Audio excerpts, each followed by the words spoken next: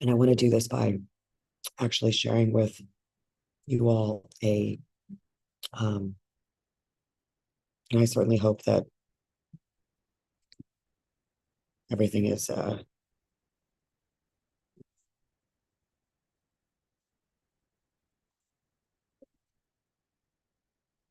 think that might be heard much better here now. And okay, so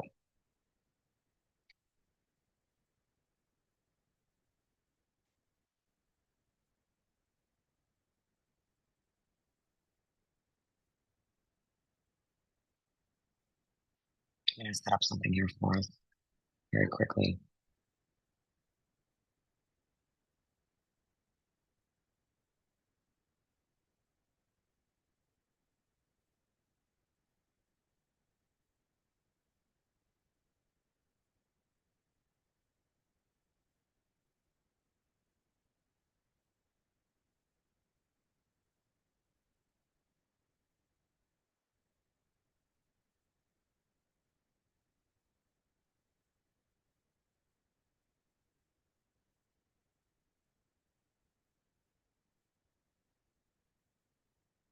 Let's see if I can find this.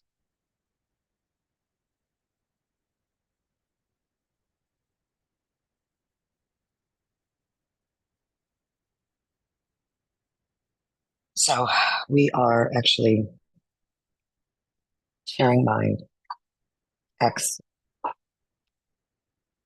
account. And the reason that I'm going to be doing this, now, pardon me while I grab one more thing. Like I said, this was an impromptu decision, but you should be able to hear me for a moment. The motives behind this is that I want to point to something which I think is incredibly important, but not really very well known. So here we go. I'm also going to just make a little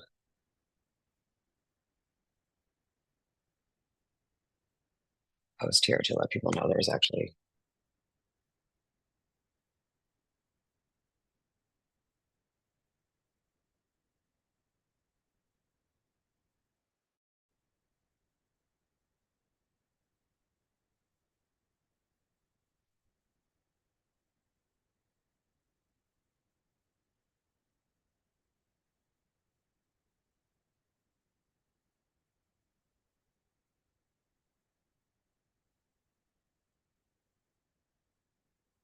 Oh, here we are.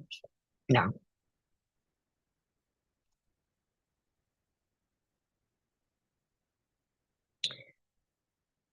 as you see here in this thread that I wrote a long time ago, it was created around the same time as the Dancing Nurses thread.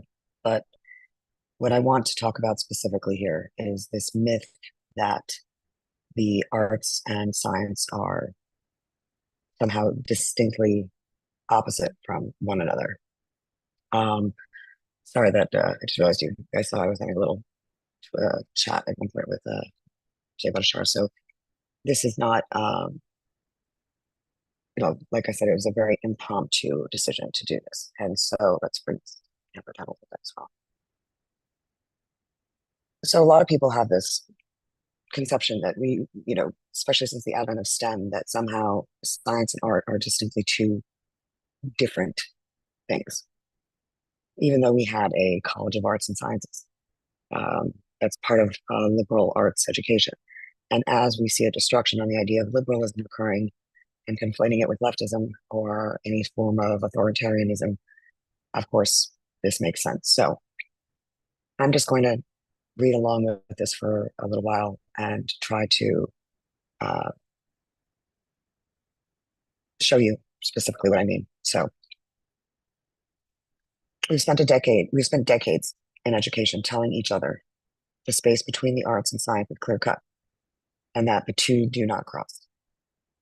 We've become selective atheists about the arts. On one side is art and the artist's mind. Also, I would say the artist's intention or the spirit or the essence of what the artist is trying to say. And on the other side, we have STEM and the science. I would also add to this, much like how at one point religion was very opposed to a the dangers of the arts, so is scientism, which is, by the way, a religion. So I've said numerous times that liberation theology is a religion as well. It's not actually Marxism um, as a philosophy, but it's rooted in his philosophy or what he claimed was his philosophy. But it's much older than that. And what we're really dealing with here is an attempt, frankly, at what I think is best described as mass conversion of all to this one liberation theology. So I would suggest that it's not only completely fallacious, it's downright untrue that art and science are separate, perhaps more untrue than any laws of physics being cast aside, and a leading reason for the propensity to turn science into manipulation, such as 2 plus 2 not necessarily equaling 4 because, well, that's bad art. See, even more important to matters we all face today, and this was during COVID, is that medicine itself is, in fact, an art. Much like the history of artists being left all but ignored, the same can be said of the history of medicine. And I hold politics and the knowledge that art is, in fact, the power that makes the very things that people would least expect as its purview so powerful. Politics and polemics both know this. See the art of politics relegated to a science and its desperation to keep this little secret tucked away. They'd rather kill the muse that creates the statesman, known since before Rome, and the politics that inspired so much of modern government because, well, the politician doesn't care about the state after his time is done. Power is all that the political concerns itself with. Quote, to thine own self be true. Perhaps the most hidden villain in all of Shakespeare, and named rightly after polemics, whose aim is not to convey knowledge, but to persuade, and results in shallow, static agreement. Quote, this above all, to thine own self be true, and it must follow as night the day, thou then canst be false to any man. This line from Hamlet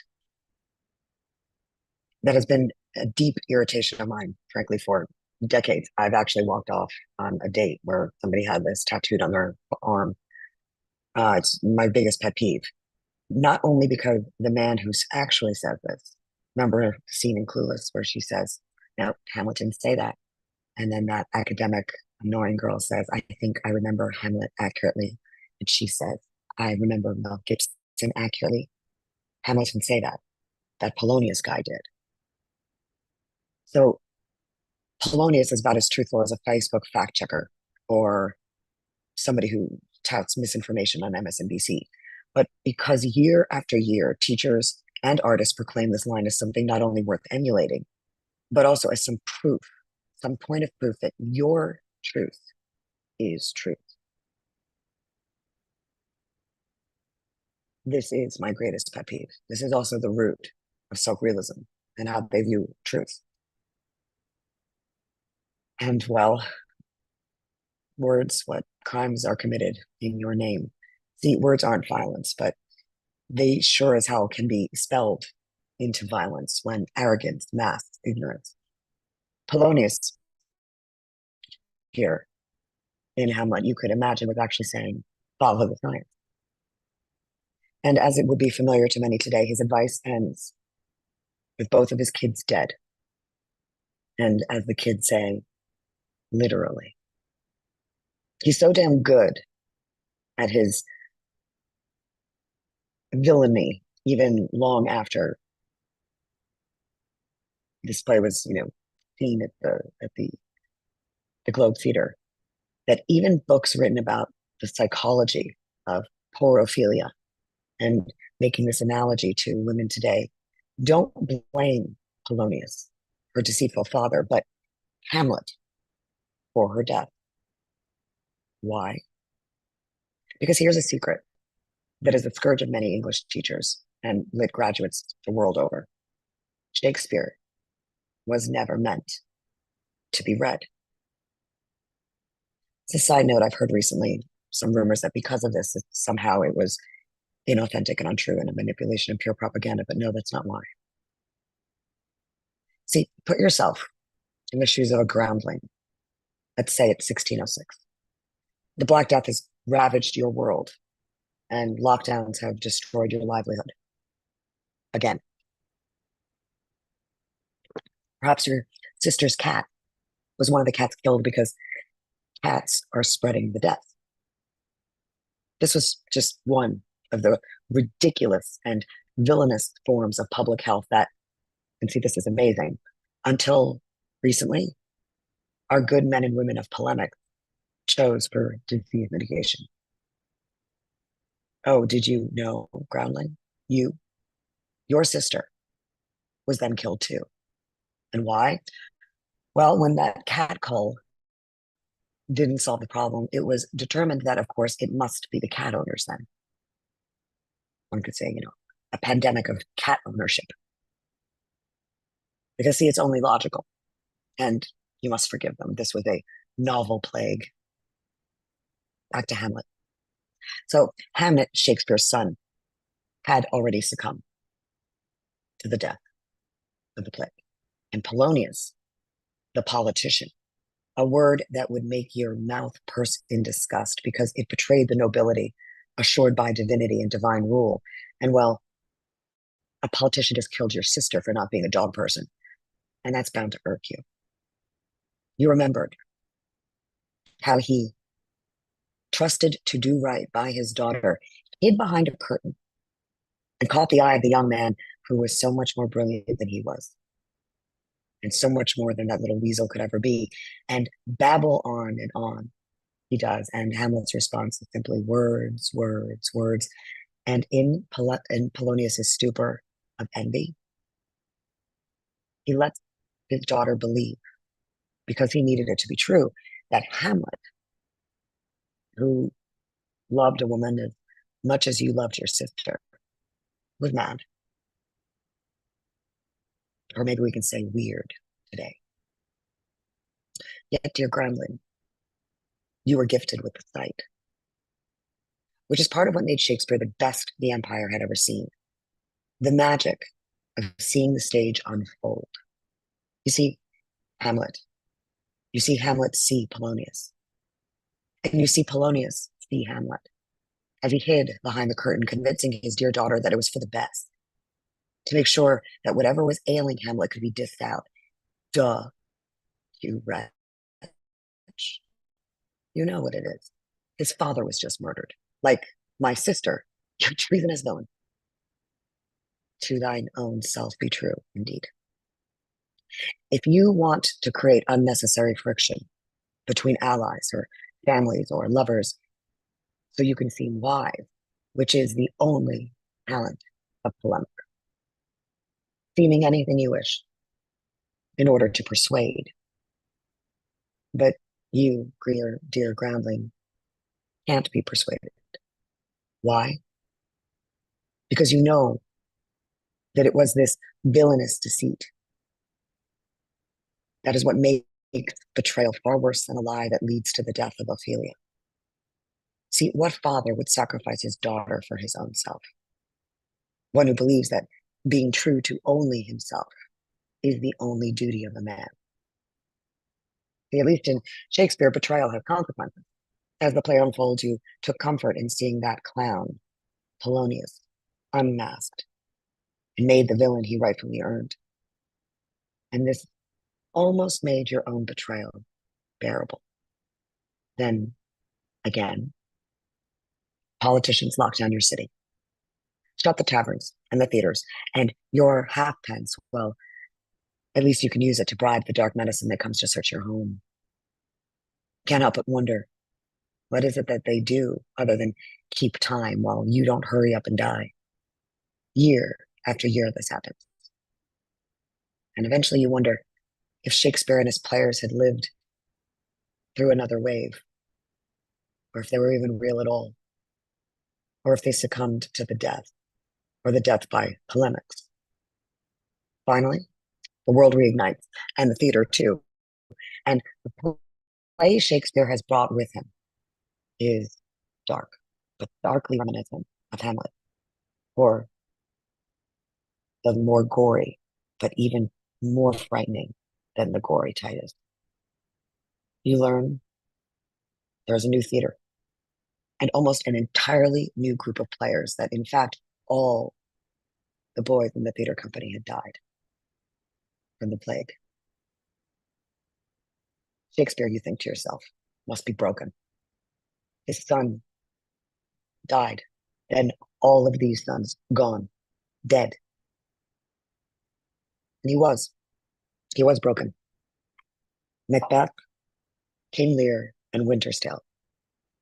Those were the three he wrote during this time. Broken promises, broken hearts, broken bodies, ghosts, divine retribution, witches, and you have, as always, the best seat in the house. And you know that the lesson being taught and who is meant to learn it is also meant to see you, the people, at the foreground of the stage. Yes, see, the play is the key thing in which we will catch the conscience of the king. Yes, here in this stage at the Globe, the play is the thing, and there are no curtains for the balcony and the bodies in it to hide from their choices. They are forced to look upon you and forced to see that betrayal has consequences. Always. Well, all right. So that sounds lovely, but it's a story, a narrative. It's a way of interpreting history. And well, we don't even know if Shakespeare was real, you might say. But who told you that?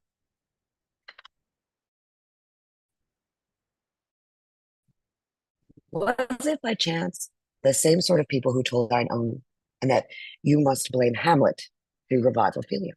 Or that Othello, Much Ado, and Merchant are bigoted? Or that Titus Andronicus needs a trigger warning? And not because a mother ordered her sons to rape a woman and then cut off her hands and cut out her tongue to make sure she can't tell anyone, because she's enacting revenge against her father. No, but because of rape.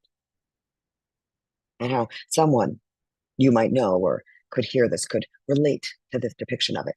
And see, I have a little news for you. If you can relate to what happens in Titus, you don't need a trigger warning. Because just by being sane, you're a fucking untouchable badass. I'm just saying, none of what you've been told about Shakespeare being someone else or being fiction or even being, as we would define it today, LGBTQ or describing a black lover or being a bigot or a racist or a homosexual or a colonist or that's polemic. That's all any of that is. And when science was not regarded as somehow distinct from art, this would have been as clear as day. When the Academy became more interested in itself than study, well, arguing a thesis becomes as good as a peer-reviewed paper by proving any proof you wish to prove. Because the peer review process is what expertise knows and assures by the illusion of consensus that it must follow, as night the day. Thou canst not then be false to any man. About 1601, 5 years earlier, give or take, Shakespeare had written Hamlet, and in 1490, in Italy, here the Vitruvian Man was drawn by the Italian Leonardo da Vinci. It is accompanied by notes based on the work of the Roman architect Vitruvius.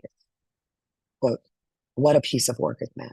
How noble in reason, how infinite in faculties, in form and moving, how express and admirable. In action, how like an angel. In apprehension, how like a god. The beauty of the world. The paragon of animals, says Hamlet, over a century later. Now here we see Vitruvian theater design. And now we see the Globe Theater and how it stands today. Architecture, anatomy, a man who people claim never really existed. Sounds rather problematic to me.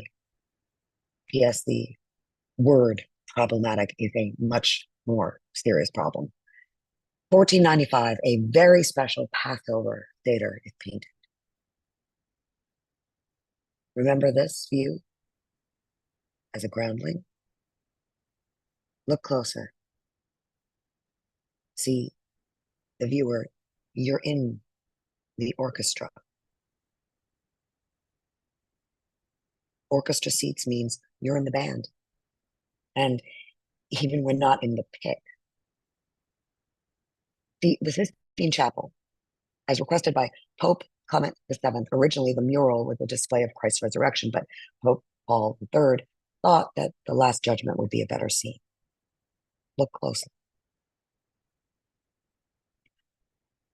The Last Judgment is a fresco that was painted on the altar wall of the Sistine Chapel in Vatican City. See, you're still in the orchestra, my friend. The altar is the stage. The arc evolves over time to create a clear divide between you and the artwork. A fourth wall comes down, and so does a curtain. That's a proscenium stage. Theater spaces came out of churches, sport arenas like tennis court. So the next time you hear any claim that belief is make believe, then tell them they're absolutely right. And say it with a smile, knowing that this is actually the science. Fast forward, the New World is not just a faint idea on the lips of Italian Renaissance painters or playwrights on the island that eventually gets to have an incredible depiction of their King George, showing those Veronians who had the last word. God save the Queen indeed, until she died. And God save the King, King James, who, did you know that despite being most famous for his titular Bible, it's not clear if he ever spoke English as his first language? One might assume he learned a bit of it and a bit of the turn of phrase from, yes, Groundling, back to you, Shakespeare. Did you think that you were thinking of poor Queen Elizabeth while watching Macbeth? See, there's the patriarchy for you. I kid. It's problematic. Now, all the King's Men was for James. So, sorry to blow the lid off most modern depictions of the bard in the United States. And boy, did he make an entrance. The court across the empire thought he was wunderbar. And he did have a real penchant for writing and knew a thing or two about history and statesmanship too. And William Shakespeare was very familiar with the law of succession and the previous Virgin Queen's commitment to not wed. So you might even say, Jimmy here grew up right along with you. Wait, does this sound kind of like a history play? Hal Henry? The play is the thing. 1606, James I is king, and he is Scottish. The plague has once again swept through the empire, and James is yet renowned for the attention and pageantry he spends on and with the elite. Forget Denmark. Something wicked this way comes from Scotland is more like it. The king's men welcomed their new monarch with a Scottish play. Yet, still historians claim it was the jealousy of elites who created James's caricature, quote, hunchbacked and ugly with a tongue too large for his mouth and a speech impediment that obscured his words. Sure. It wasn't something a little more at your purview, Groundling. Of course not. Nothing weird or witchy at all. That would be treason. In 1605, had already had an attempt on his life, God Save the King, and of course, 1611, his bestseller, perhaps the only competitor to our William, even to this day, the King James Bible. Can I get a whoop whoop? Never mind the 1606 inflation after a pandemic panic and higher taxes. I said, never mind it. The coincidence is just coincidental, and any other thought is problematic. Seriously, stop it, Groundling. Remember what they did to the cats? Good. Misinformation is dangerous to the sovereign, and without him, we couldn't have 1610 new tax laws. Oh, wait. Wrong crowd. Sorry, 1607, Jamestown, Virginia, and a whole lot of New World taxation and trade and revenue and no plague. And James becomes the focus of the king's men from there on out in the New World, and a promise and a mystery that fills the place Shakespeare wrote, and yet never in a single volume. Because, like I said, he was never meant to be read. The plausible deniability and no copyright meant the actors receive their line and the line before. Epic poetry and memorization. See, this is easy. Try Homer, which they did. So it was only after The Tempest, the only total original of his plot that made up Shakespeare's plays, a story about a land far away, the pain of slavery, the grief, the necessity of a changing time, was the first folio even gathered together. And we're lucky to even have it. And we're lucky to even be here because all hell breaks loose with Charles again, James again. Seriously, they went through more monarchs than Texas Hold'em or the DNC. And that's a lot of stuff and people. And yet still, the British colony manages to become lucky 13. And George is 12. And he became King George III. It had been a while since the monarch was born on the island, or spoke English for that matter. Hanovers came from present day Germany, once part of the Holy Roman Empire. Aber Achtung, we won our independence. And this King George III depiction of the befuddled monarch just somehow seems, well, appropriately German. Back you go to the orchestra, my dear groundling.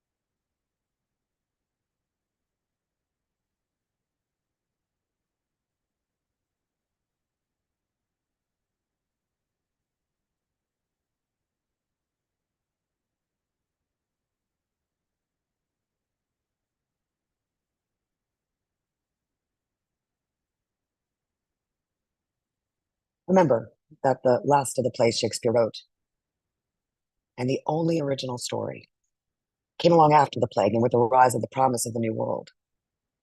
The Globe Theatre looked to the west. Shakespeare and the Groundlings and the King all knew about indentured servitude, slavery, and the mystery and promise and dangers with the New World, this novel colony.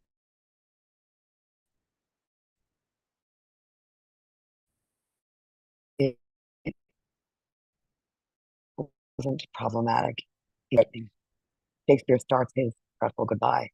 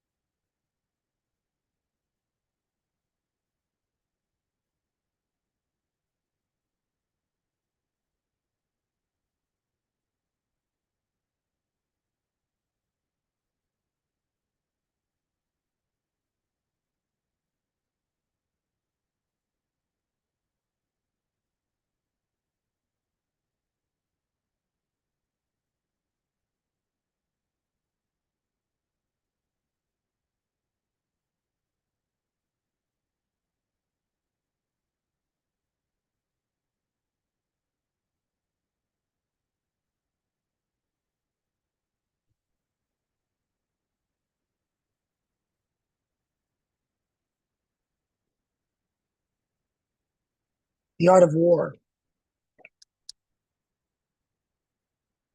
has filled stages, sometimes around fire pits, sometimes on movie screens. Battles were fought and won not only with gun, germs, and steel, but also with costumes. In the Battle of Vienna, the Hussars rode horseback, their own backs ornamented with metal, wings glinting in the sunrise like gods, announcing their victory. Otto von Bismarck's army marched for days through the fog in Belgium, their uniforms marching and matching the gray mist and heads adorned with skulls and wings, a dark, serious contrast to the colorful armies that came before the English decided to keep its promise to Belgium, dashing any hope left that the German English were more German than English. And the serious business of modern gun, bullets, and a new ushered in by an artist, Neil. Here is tetanus following a gunshot wound. Bell was a painter who studied anatomy, but not only by studying works like the aforementioned Da Vinci. See, he was a surgeon, a professor, and a scientist, and arguably a historian who also changed the expectations and stories expected by the spoils of war. Living from 1774 to 1882, Charles answered the call for medical doctors on the battlefield. And as the technology of war improved, so did the gravity of the horrors of war wounds. Things never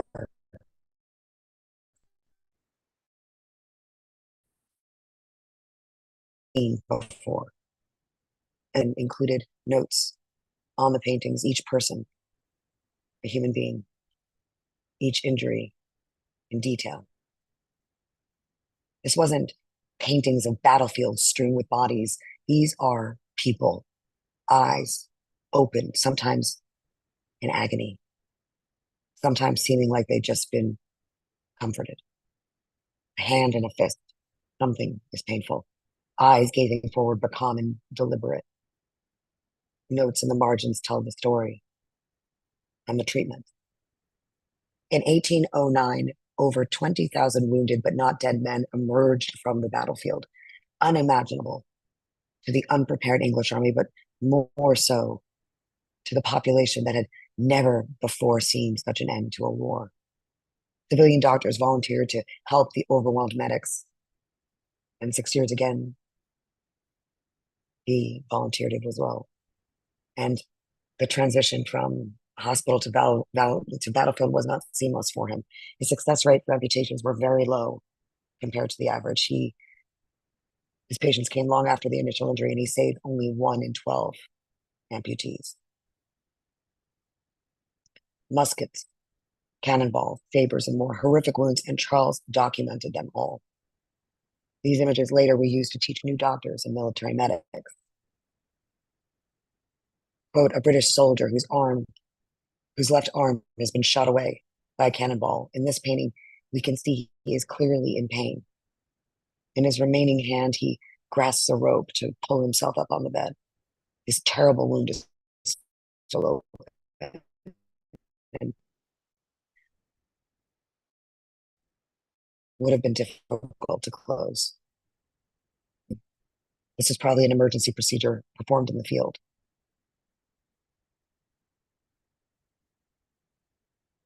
Here you can see a link to battlefield elegies illustrated by Charles Bed in the Age of Revolution. It strikes me as interesting then that even though the classrooms where surgeons were taught anatomy and surgery look like these, unmistakably similar to Shakespeare's Globe and its classical roots, that even so, that this was called an operation theater. Somehow the notion that science and art are not antithetical still is controversial. As if each field requires of its master a set of skills that must always remain apart. This is a choice, not reality. I stumbled over a story about two hospitals here in New York. I had written this in New York at the time. One very close to where I lived. This tale of two hospitals and the antiseptic nature of one which was both presumed to show proof of better and more modern care versus the other built of wood and resembling a more familiar theater, I found striking. I found it striking too how accustomed we are to accepting that this image is the proper image, that this is the modern image, the preferred image, that this is the science. Did we ever ask why, though? Cold, inhuman, and presumed sterility would make anyone choose this one as the better play. But was it? And I share an article I encourage people to read about the tale of two hospitals. One of them was Roosevelt in 1900. Now, Charles Bell may be best known for his earlier works on nerve and neurology and neurosurgery. His research and experience led to the discovery of a new condition named after him, Bell's palsy.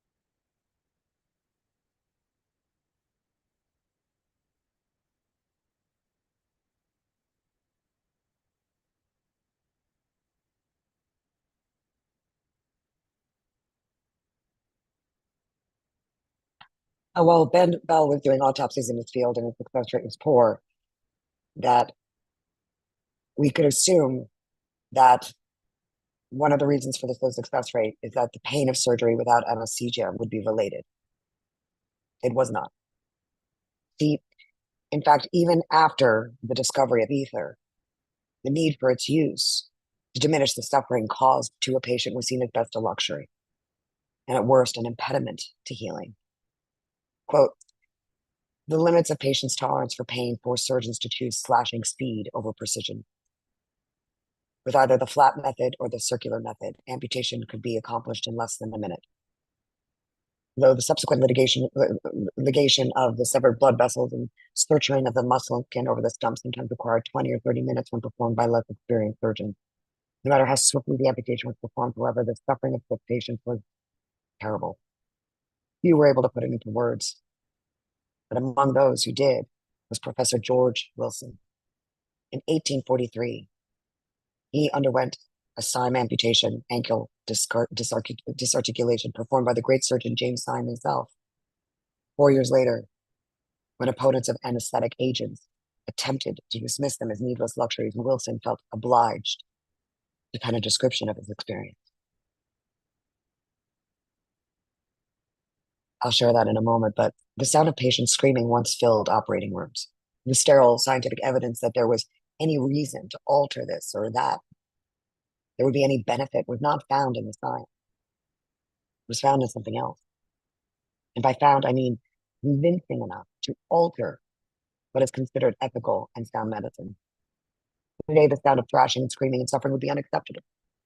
But just as it took imagery and writing to come to this acceptance, I offer a question. Could the same be used to trend things in reverse?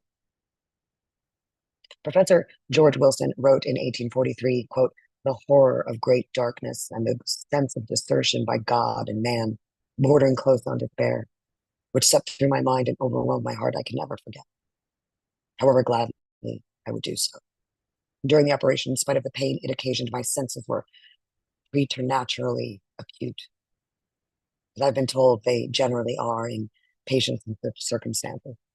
I still recall with unwelcome vividness the spreading out of the instruments, the twisting of the tourniquet, the first incision, the fingering of the sawed bone, the sponge pressed on the flap, the tying of the blood vessels, the stitching of the skin, the bloody dismembered limb lying on the floor." End quote.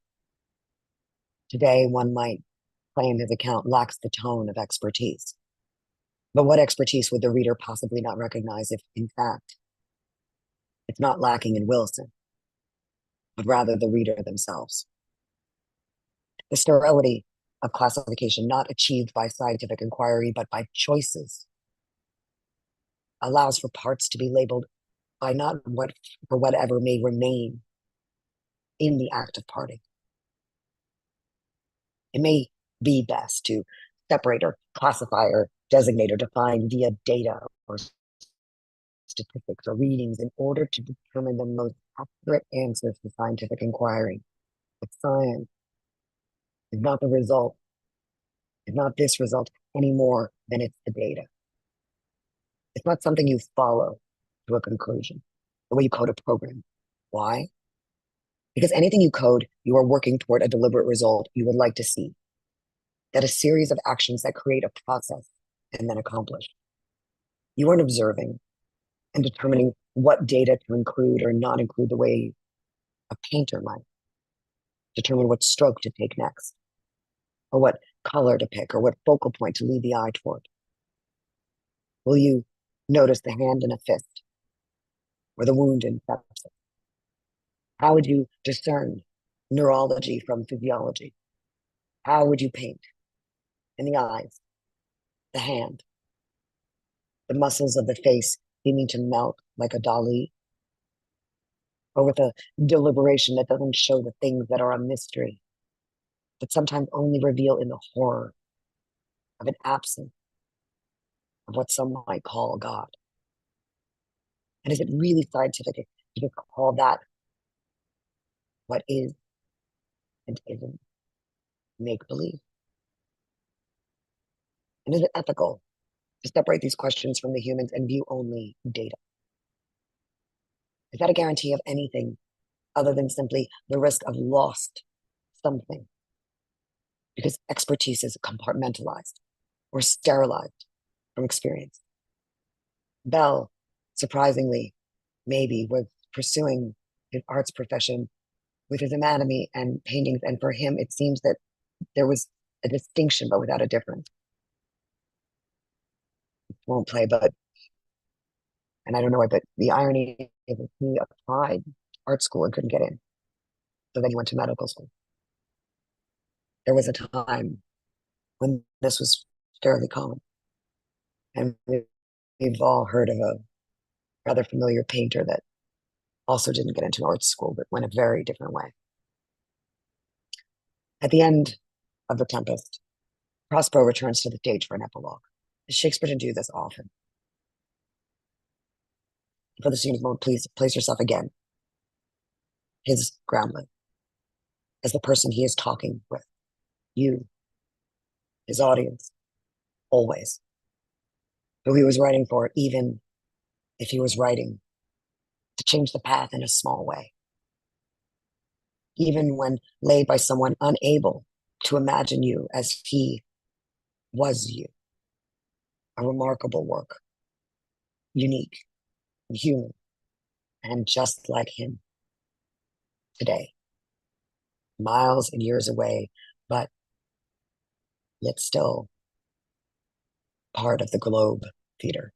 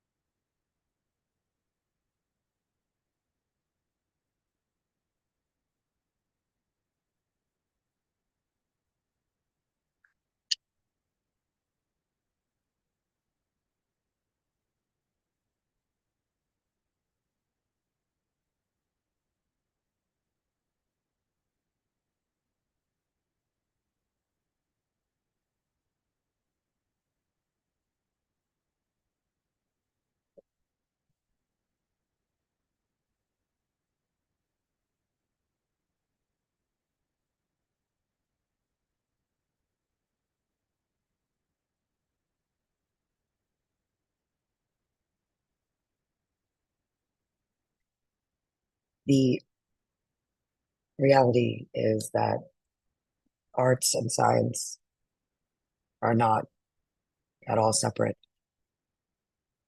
And when we allow them to be, I'm going to share another rather fascinating thing that can happen.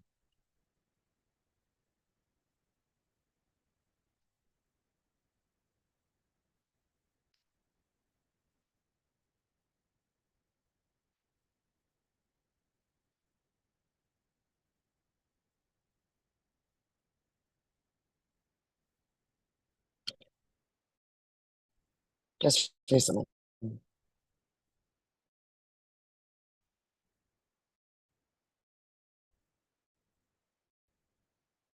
the, the so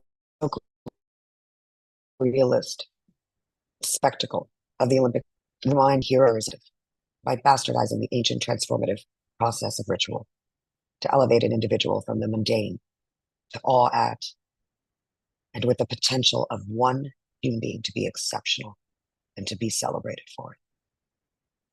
Two, by distracting you with visuals meant to distort your consciousness, as Gorky said, to engineer the human soul. Three, replace lineage with a march toward an assured, glorious future, determined by party and worshiping purpose. Four, by destroying the author, artist, by activating a feverish activity and confusing, burying history. Quote, the artist must be both midwife and gravedigger, not only giving birth to a new art by exterminating the pernicious elements of the old even when they like it, from the 1934 Writers' Conference, and by continuing to use children to trigger fear and paralysis. Meanwhile,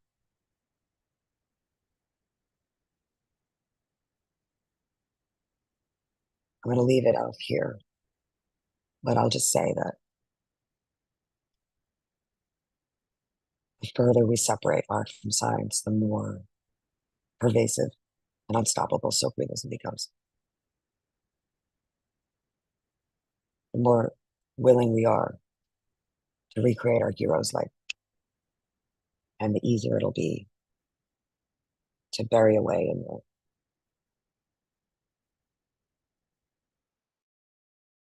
or this war memory things we all saw just a couple days ago.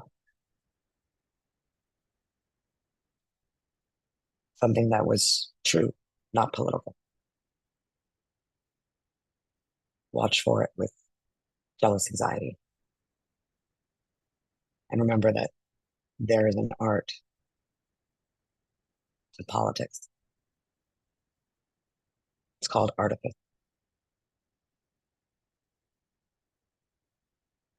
The only way to stop that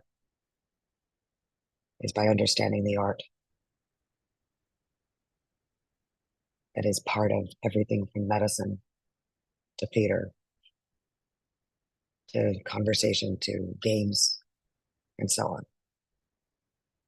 Artifice is the preferred art form of a mechanized society because a machine can never and will never understand art. But the real good news is can't recognize it either. Fight.